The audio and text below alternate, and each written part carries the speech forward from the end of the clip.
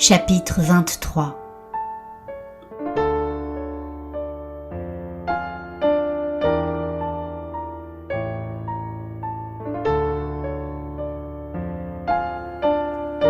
Les derniers jours.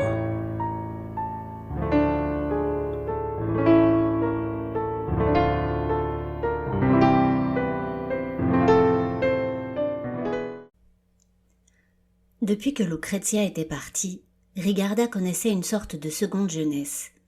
La petite fille, si gentille et si émouvante qu'elle fût, n'en avait pas moins été un poids pour elle, un trouble dans sa chère solitude. Et puis il était merveilleux de savoir que la petite pourrait être sauvée. Cette pensée réconfortait la vieille dame. Elle n'avait nul besoin d'emporter qui que ce fût dans sa chute. L'expiation lui était nécessaire à elle et à elle seule.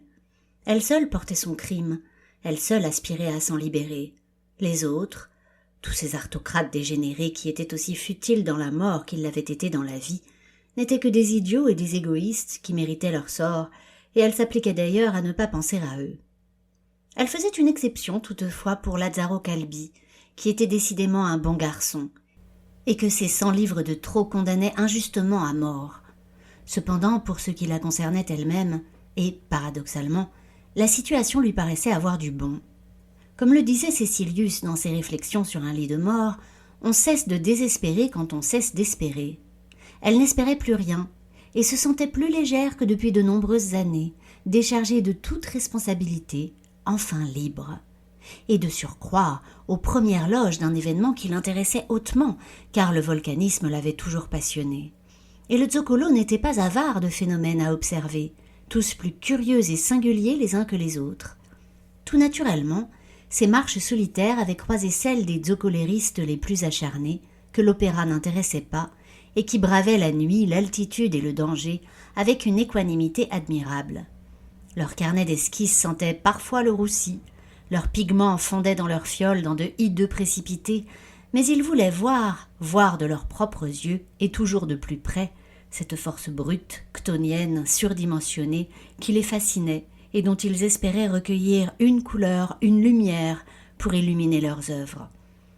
Ses deux compagnons principaux étaient un homme à peine moins âgé qu'elle, nommé Gianfrancesco, à qui elle se retenait de dire tout le mal qu'elle pensait de ses tableaux, et un jeune homme taciturne, nommé Spinello, de loin le plus agile, mais aussi le plus imprudent de leur petit groupe. Rigarda s'attendait sans cesse à le voir tomber dans une crevasse ou disparaître dans un nuage de soufre, et estimait que, malgré son âge, il était sans doute le prochain sur la liste funeste. Un étrange dialogue se nouait entre cette austère physicienne et ces peintres illuminés, tandis qu'ils attiraient l'attention de la vieille dame sur des effets esthétiques dont ils étaient saisis. Elle leur en expliquait les causes avec un vocabulaire qui leur paraissait infiniment poétique. « Regardez, dottoressa, ce nuage irisé qui vient de surgir de cette bouche, comme il se dissipe vite. » « Ne vous approchez pas, cher ami. Il s'agit sans doute d'une explosion phréatique. Cette vapeur vous cuirait comme un cochon de lait. » L'un des phénomènes les plus remarquables auxquels ils assistèrent fut l'exode des fourmis et des serpents.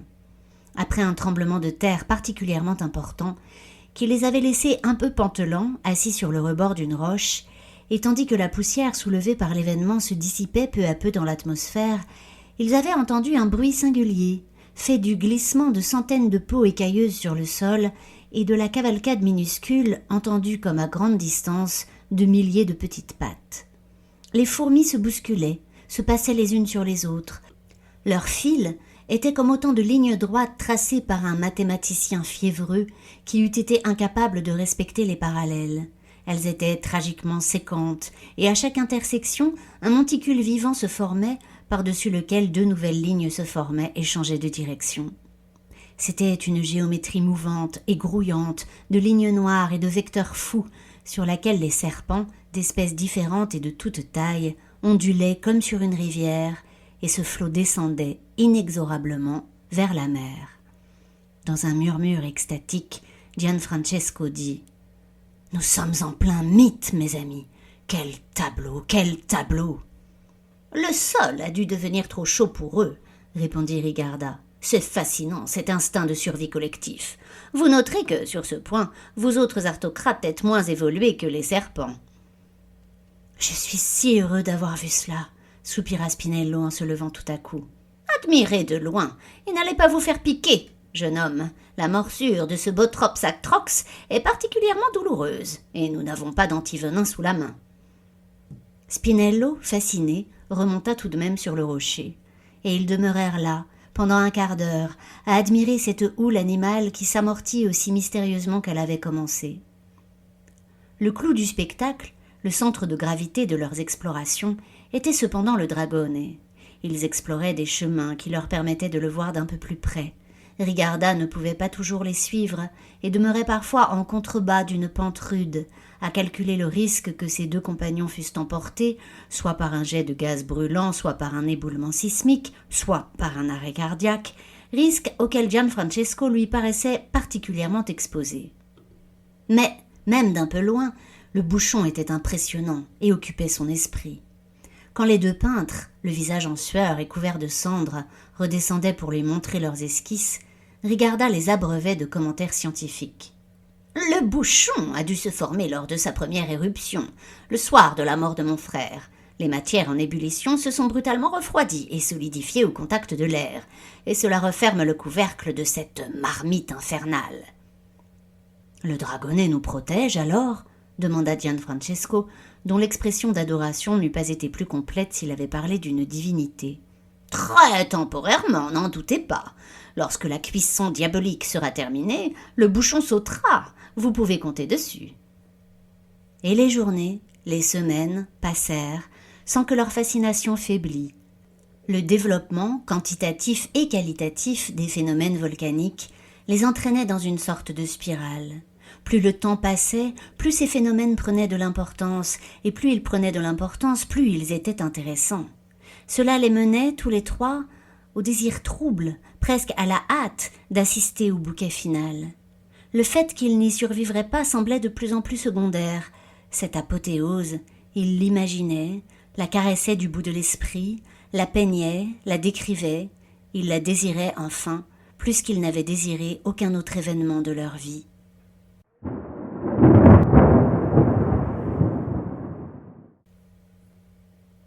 Le consigliere, quant à lui, était rongé par la peur. Il sursautait à chaque craquement, flageolait à chaque séisme, et passait un temps considérable à ratiociner pour éviter d'admettre que ses alarmes augmentaient dans d'inquiétantes proportions. Ses fonctions de superintendant faisaient de lui l'interlocuteur favori de tous les habitants de la villa lorsqu'il découvrait une lézarde ou un effondrement consécutif au tremblement de terre. Invariablement, Lazzaro déplaçait sa carcasse pour constater les dégâts, puis s'appliquait à les minimiser. Devant la grande fissure noire, pareille à un éclair qui zébrait la voûte déjà partiellement peinte de la loggia, et sous le regard sceptique d'Apollonio Vitelli, Lazzaro dit « Vous exagérez, maestro, cela se voit à peine. »« Calbi, vous plaisantez, j'espère. Ne vous faites pas plus béotien que vous n'êtes.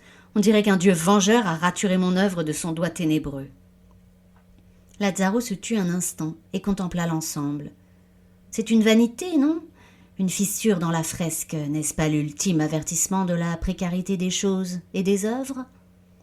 Apollonio avait hésité entre l'indignation et l'amusement. « Vous avez plus d'humour qu'il n'y paraît au premier abord, consigliere. J'aurais vraiment aimé vous peindre. »« Pourquoi donc utilisez-vous le conditionnel passé, maestro ?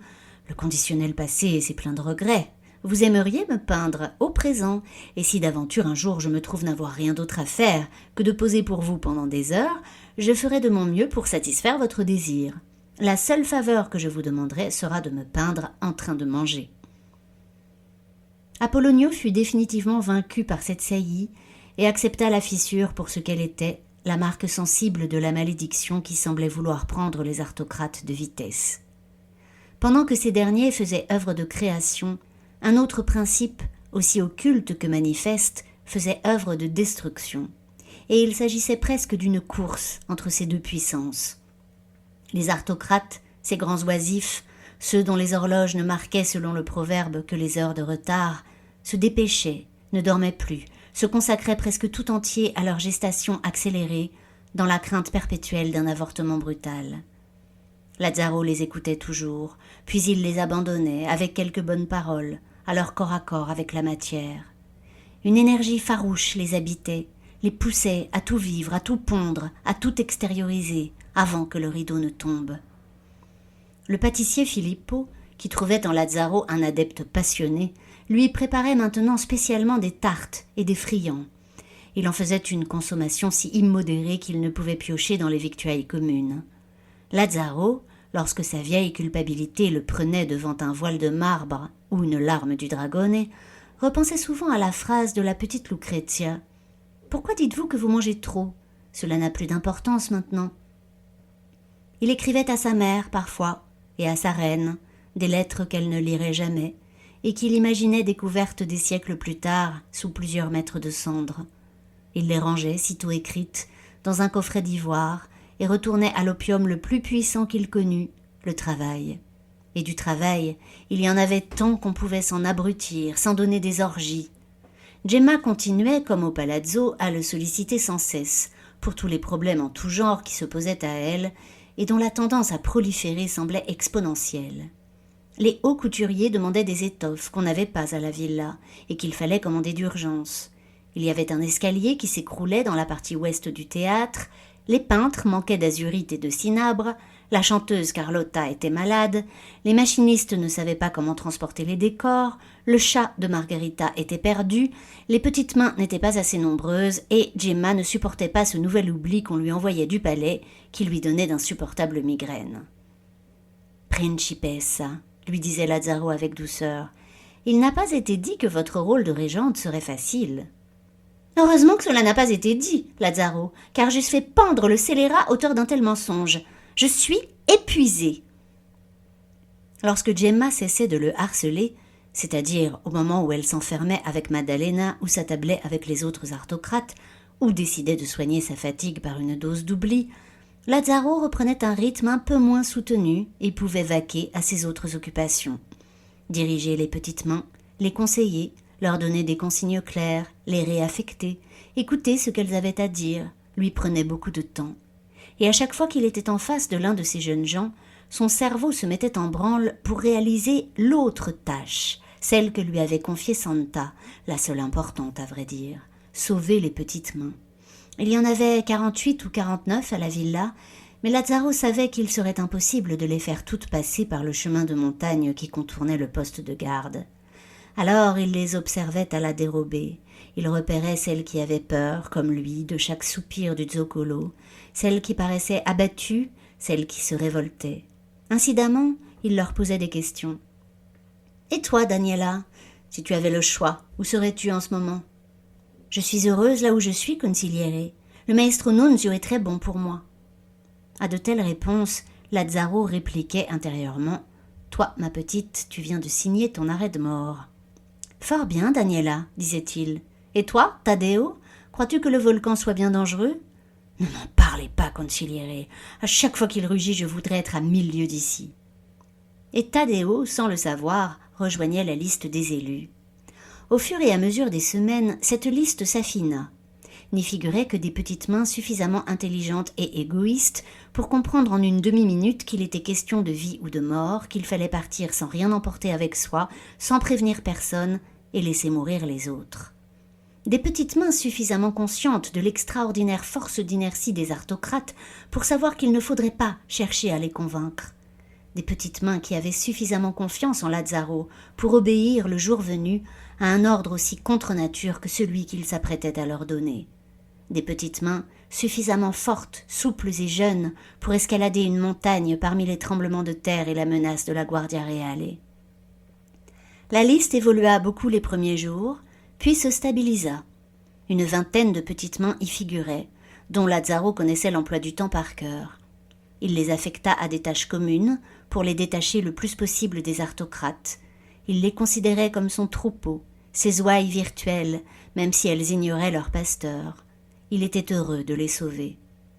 La nuit, lorsqu'il était trop seul, il allait voir une érotiste qu'il ne connaissait pas avant d'arriver à la villa, une dénommée Ghita, un peu trop jeune et un peu trop rustique pour lui, mais qui avait le don de l'apaiser. Ghita était folle de la villa, passionnée par l'opéra, dont elle racontait les répétitions à Lazzaro une fois leur rituel accompli. « Ghita, tu ne trouves pas que Gemma vous fait prendre des risques ?» Les rôtistes avaient eu l'air choqués. « Comment peux-tu dire cela, toi, Lazzaro, qui sert les Albarreño depuis plus de 20 ans?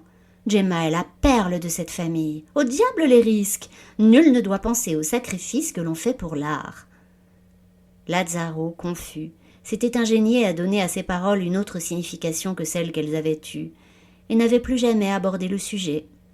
Ghita ne lui en voulait pas. Mais Ghita ne figurait pas sur la liste. Pendant des nuits entières, Lazzaro avait soupesé l'idée d'essayer lui-même de rejoindre Santa et de suivre les autres lorsque l'heure serait venue. Certaines personnes manifestaient des capacités physiques extraordinaires en cas de danger. On avait déjà vu des mères soulever des charges terribles pour sauver leur enfant. Il fantasma ce sauvetage et se réserva cette porte de sortie à la fin. Mais plus les jours passaient, plus il comprenait que toutes ses actions ne tendaient pas vers ce but, mais vers l'autre but, assurer aux aristocrates la mort paisible, inconsciente et belle qu'ils appelaient de leur vœu, et qu'ils méritaient. Les amants du solstice ne verraient jamais le jour sans Lazzaro, et leur communauté prendrait l'eau de tous côtés s'il n'était pas là pour écoper sans cesse et colmater les brèches.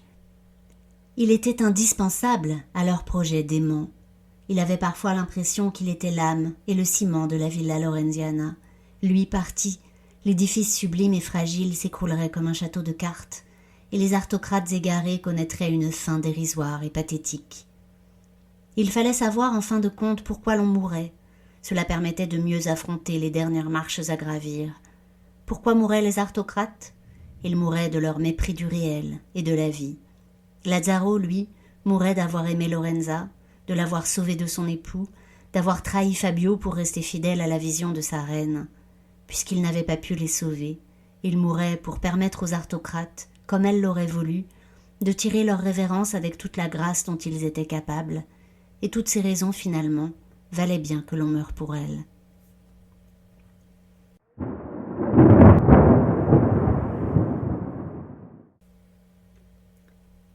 Pendant ces quelques semaines, les aristocrates firent corps avec le Zoccolo, en ce sens qu'ils épousèrent son rythme. Lorsque le volcan paraissait s'endormir dans la chaleur de l'été, et que ses bruits et trémulations momentanément se calmaient, les aristocrates semblaient sortir d'une sorte de transe et relâchaient la tension épuisante qui les tenait tous arc-boutés sur leur œuvre. Ce n'était que dans ces moments, dans ces plages de temps vides et étales, qu'ils s'autorisaient à dormir et parfois à réfléchir. Mais ils étaient rappelés à l'ordre par l'urgence d'un sifflement, d'un craquement, d'un coup de tonnerre incompréhensible dans l'azur, et ils retournaient comme des esclaves soumis à leurs tâches. L'opéra avançait à grands traits. Les auteurs s'étaient partagé les scènes et travaillaient directement avec les compositeurs. Les décorateurs et les hauts couturiers harmoniaient leurs couleurs et leurs formes.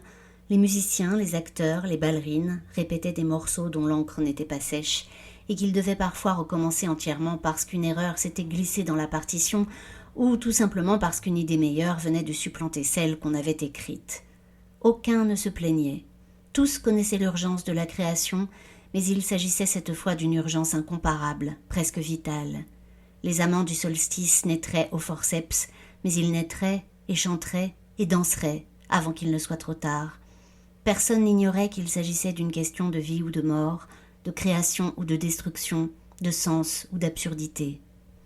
Les petites mains, quant à elles, étaient aussi fébriles qu'épuisées. Les aristocrates se montraient plus tyranniques et plus dépendants que jamais, mais ils suscitaient aussi un paroxysme d'admiration et de dévouement chez elles. Lorsque, par un matin identique à tous les autres, à peine sentait-on l'accélération des séismes, le consigliere fit appeler une vingtaine d'entre elles tout à fait cessantes. Ce fut un concert de récriminations de la part des aristocrates et de cris, de chuchotements de la part des jeunes gens concernés. On faillit ignorer l'ordre donné par Calbi, mais le consigliere jouissait encore d'une aura d'autorité qui les fit rentrer dans le droit chemin après une seconde d'hésitation. En entrant dans le bureau de Calbi, trop petit pour les contenir tous, ils furent surpris de trouver la petite principessa qui avait disparu depuis des semaines et que certains croyaient rentrer auprès de son père au palazzo. Lucrezia, cependant, était plus sauvage encore que dans leurs souvenirs, les cheveux emmêlés au-delà de toute possibilité de rédemption, presque en haillons.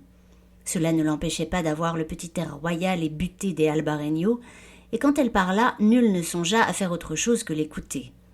« Le volcan est sur le point d'exploser, dit-elle d'une voix grave. « Je suis venue vous chercher pour vous montrer le chemin qui nous mènera dans le seul abri possible contre le feu qui va pleuvoir du ciel. » « Quel abri ? Nous trouverons refuge dans la Grotta dei Morti, sous la protection de la Strega, qui a réussi à organiser le sauvetage d'une poignée de personnes. »« La Strega ? Ne va-t-elle pas nous ensorceler dans la grotte des morts ?»« Nous n'avons pas une minute à perdre, » coupa sèchement Lucrezia. « Ceux d'entre vous qui ont peur d'elle et qui souhaitent demeurer ici peuvent tout de suite retourner à leurs occupations.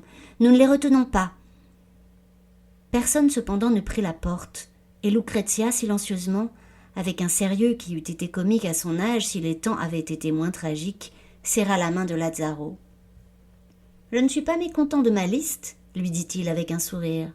« C'est la liste d'un homme juste et sage, » dit-elle, « et secourable, et très courageux. » Lazzaro frissonna. « Ça, on verra, ma petite, on verra le moment venu. Promettez-moi une chose, Lazzaro. Oui ? Restez avec ma grand-tante jusqu'à la fin. Je veux l'imaginer avec vous. »« Je te le promets. » Et sans un mot d'adieu, la petite fille s'élança dehors. « Qu'attendez-vous » fit Lazzaro d'un ton rogue. « Elle s'en va, vous devez la suivre. Elle n'attendra pas les traînards, si vous voulez mon avis. » Certaines petites mains semblaient vouloir lui dire au revoir, mais il les découragea. « Je n'ai vraiment pas le temps pour les pleurnicheries, » aboya-t-il. « Avec 20 petites mains de moins le jour de la première, la journée sera rude. »